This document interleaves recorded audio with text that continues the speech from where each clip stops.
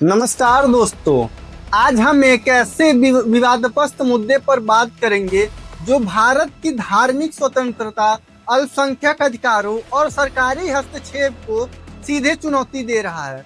मुद्दा है वक्फ संशोधन अधिनियम 2025 और सुप्रीम कोर्ट का ताजा अंतरिम फैसला। क्या यह मुस्लिम संपत्तियों पर चुपके से कब्जे का प्रयास है या भ्रष्टाचार को रोकने का सबसे जरूरी कदम?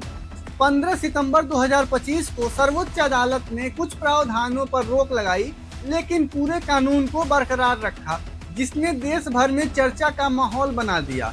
अगर आपको यह विषय महत्वपूर्ण लगे तो इस वीडियो को लाइक करें और अपने विचार कमेंट में साझा करें और इसे अपने दोस्तों और परिवारों के साथ शेयर करें।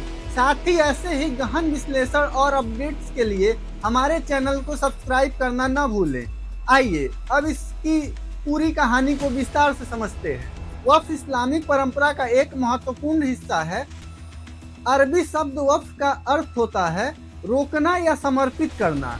यह एक ऐसी संपत्ति को दर्शाता है जिसे कोई व्यक्ति धार्मिक, शैक्षिक या सामाजिक कल्याण के लिए समर्पित करता है। इस्लामिक कानून के अनुसार एक बार संपत्ति वक्फ घोषित हो जाने के बाद उसका स्वामित्व न तो बेचा जा सकता है न ही हस्तांतरित किया जा सकता है। इसका उपयोग केवल उसी उद्देश्य के लिए होता है जिसके लिए इसे समर्पित किया गया है। भारत में वक्फ संपत्तियों का इतिहास सैकड़ों साल पुराना है। दिल्ली सल्तनत और मुगल काल में मस्जिदों, मदरसों, दरगाहों और खानकाहों के लिए जमीनें और संपत्तियां दान की जाती थी। आज भारत में लगभग 8.7 लाख वक्फ संपत्तियां हैं जो करीब 6 लाख एकड़ भूमि पे फैली हैं। इनमें मस्जिदें, कब्रिस्तान, स्कूल, अस्पताल, अनाथालय शामिल हैं।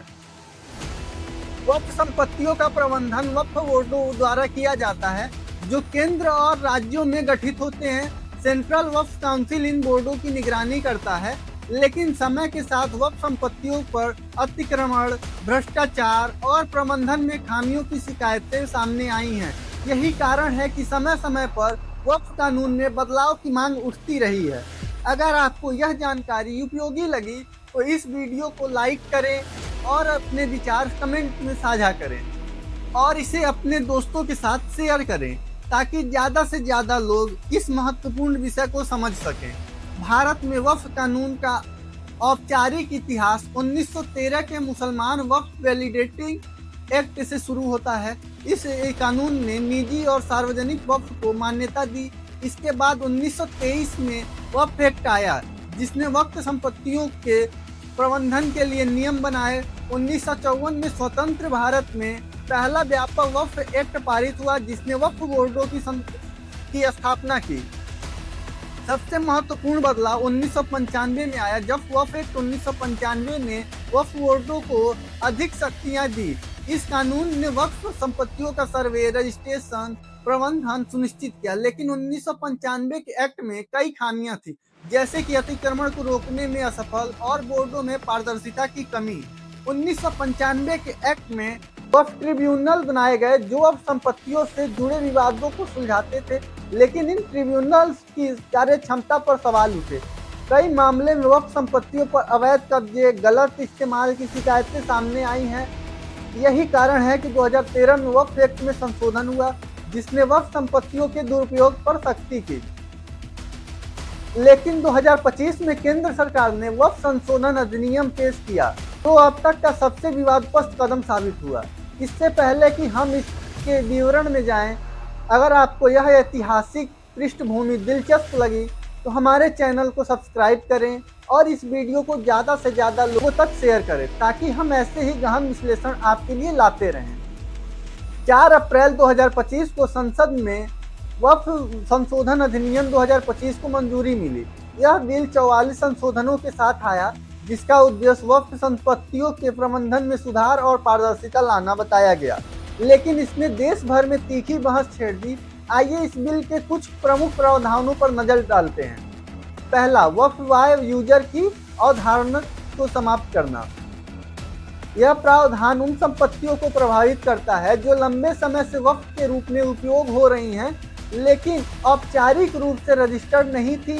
उदाहरण के लिए कोई मस्जिद या कब्रिस्तान जो पीढ़ियों से वक्फ के रूप में इस्तेमाल हो रहे हो और वक्फ नहीं माना जा रहा जब तक कि उसका रजिस्ट्रेशन न हो। दूसरा, वक्फ बोर्ड में गैर मुस्लिम सदस्यों की नियुक्ति। नए कानून में वक्फ बोर्डों में गैर मुस्लिम सदस्यों को शामिल करने का प्रावधान है। सरकार का तर्क है कि इससे बोर्डों में विविधता और निष्पक्षता आएगी, लेकिन आलोचकों का कहना है कि यह धार्मिक स्वायत्तता का उल्लंघन है। तीसरा, कलेक्टर को विवाद सुलझाने का अधिकार। अब वक्फ संपत्तियों से जुड़े विवादों को वक्फ ट्रिब्यूनल की बजाय जिला कलेक्टर सुलझाएंगे। यह प्रावधान सरकार के नियंत्रण में बढ़ता है। चौथा, 5 साल तक इस्लाम का अभ्यास करने की शर्त। वक्फ संपत्ति बनाने के लिए व्यक्ति को कम से कम 5 साल तक मुस्लिम होना जरूरी होगा। यह प्रावधान उन लोगों को प्रभावित करता है जो हाल में इस्लाम में परिवर्तित हुए हैं। पांचवा, लिमिटेशन एक्ट का लागू होना। वक्फ संपत्तियों पर दावे के लिए अब समय सीमा लागू है जो पहले नहीं थी। इससे पुरानी संपत्तियों पर दावे करना मुश्किल हो सकता है। छठवां, अनुसूचित क्षेत्रों में वक्फ पर रोक। अनुसूचित जनजाति क्षेत्रों में वक्फ संपत्ति बनाने पर प्रतिबंध लगाया गया, जिससे कई संगठनों ने भेदभावपूर्ण बताया। इन बदलाव का मकसद सरकार ने पारदर्शिता और अतिक्रमण रोकना बताया, लेकिन विपक्षी दलों ने, मुस्लिम संगठनों, सामाजिक कार्यकर्ताओं ने इससे मुस्लिम संपत्तियों पर कब्जे का प्रयास करार दिया। इस पर आप क्या सोचते हैं? अपने विचार कमेंट सेक्शन में जरूर बताएं। और अगर आपको यह जानकारी महत्वपूर्ण लगी तो इस वीडियो को शेयर करें। वक्फ संशोधन अधिनियम 2025 के खिलाफ सुप्रीम कोर्ट में याचिकाएं अप्रैल 2025 में दाखिल की गई।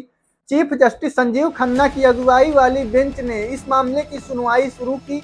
याचिकाकर्ताओं ने तर्क दिया कि यह कानून संविधान के अनुच्छेद 14 समानता का अधिकार, अनुच्छेद 25 धार्मिक स्वतंत्रता और अनुच्छेद 26 धार्मिक संस्थाओं के प्रबंधन का अधिकार का उल्लंघन है। याचिकाकर्ताओं ने कहा कि वक्फ यूजर को समाप्त करना ऐतिहासिक परंपराओं को नष्ट करता है। गैर मुस्लिम सदस्यों की नियुक्ति को उन्होंने धार्मिक स्वतंत्रता पर हमला बताया। कलेक्ट्रेट को विवाद सुलझाने का अधिकार देने को उन्होंने सरकारी हस्तक्षेप का हिस्सा माना। साथ ही 5 साल की शर्त और लिमिटेशन एक्ट को लागू करना अल्पसंख्यकों समुदाय के अधिकारों पर अंकुश लगाने के रूप में देखा गया। दूसरों की ओर सरकार की ओर से सॉलिसिटर जनरल तुषार मेहता ने दलील दी कि यह संशोधन वक्फ संपत्तियों में पारदर्शिता और जवाबदेही लाने के लिए है। उन्होंने कहा कि वक्फ बोर्डों में भ्रष्टाचार और अतिक्रमण की शिकायतें लंबे समय से थी।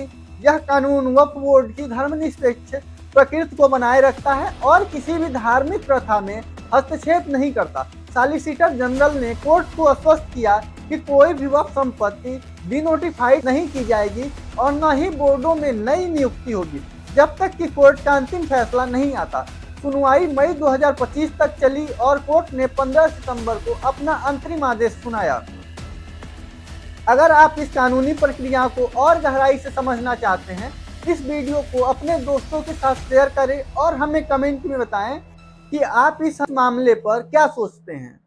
हमारे चैनल को सब्सक्राइब करें ताकि आपको कोर्ट के अगले अपडेट्स मिल सकें।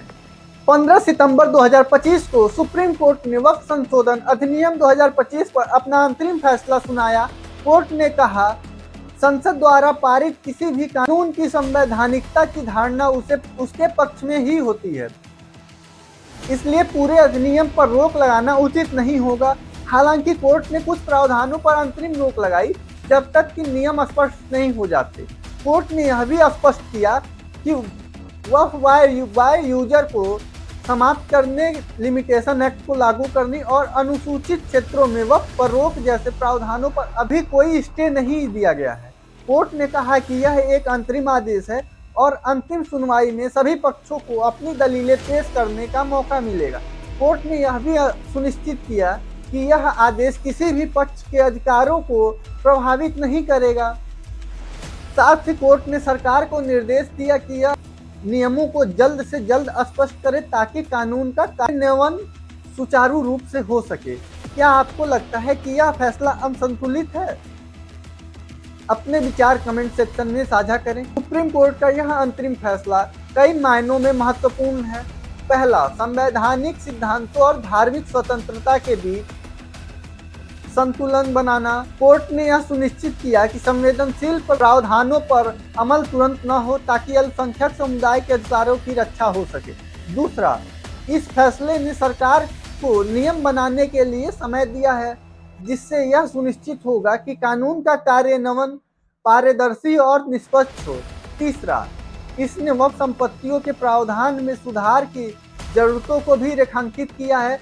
कई पासमांडा मुस्लिम संगठनों ने इस मामले का स्वागत किया, क्योंकि उनका मानना है कि यह वक्फ बोर्डों में भ्रष्टाचार को कम करेगा। लेकिन इस फैसले ने कुछ सवाल भी खड़े किए। क्या सरकार नियमों को समय पर स्पष्ट कर पाएगी?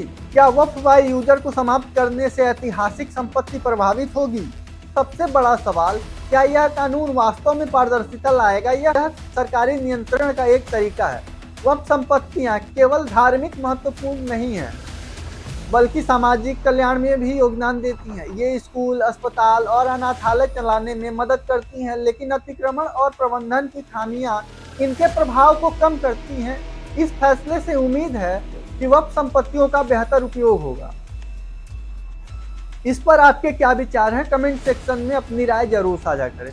इस वीडियो को लाइक करें और शेयर करें ताकि ज़्यादा से ज़्यादा लोग इस विषय को समझ सकें। सुप्रीम कोर्ट का यह अंतरिम फैसला केवल एक शुरुआत है। अंतिम सुनवाई में कोर्ट इस कानून की संवैधानिकता पर गहराई से विचार करेगा। क्या यह कानून संविधान के मूल ढांचे का उल्लंघन करता है? क्या यह धार्मिक स्वतंत्रता को प्रभावित करता है? ये सवाल कोर्ट के सामने होंगे। साथ ही सरकार को नियम बनाने और वक्फ बोर्डों में सुधार लाने की चुनौती है। समाज को भी इस कानून के प्रभावों को समझने और इसमें भाग लेने की जरूरत है। वक्फ संपत्तियां केवल मुस्लिम समुदाय की नहीं, बल्कि पूरे देश की सांस्कृतिक और सामाजिक धरोहर है।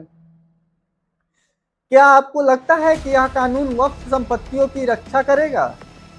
अपने विचार कमेंट में साझा करें। वक्फ संशोधन अधिनियम 2025 और सुप्रीम कोर्ट का अंतरिम फैसला एक नई शुरुआत है। यह फैसला संविधान की भावनाओं को बनाए रखता है, लेकिन इसके प्रभावों को समझने के लिए हमें अंतिम फैसले का इंतजार करना होगा। क्या यह कानून वक्फ संपत्तियों की रक्षा करेगा या यह एक नया विवाद खड़ा करेगा? यह समय बताएगा। हमारे साथ बने रहने के लिए धन्यवाद। अगर आपको यह वीडियो पसंद आए तो कृपया लाइक करें, अपने विचार कमेंट में साझा करें और अपने दोस्तों के साथ इस वीडियो को शेयर करें। और ऐसे ही गहन और निष्पक्ष विश्लेषण के लिए हमारे चैनल को सब्सक्राइब करें और बेल आइकन को दबाएं ताकि आपको हर नया अपडेट मिल सके। फिर मिलेंगे अगली वीडियो में।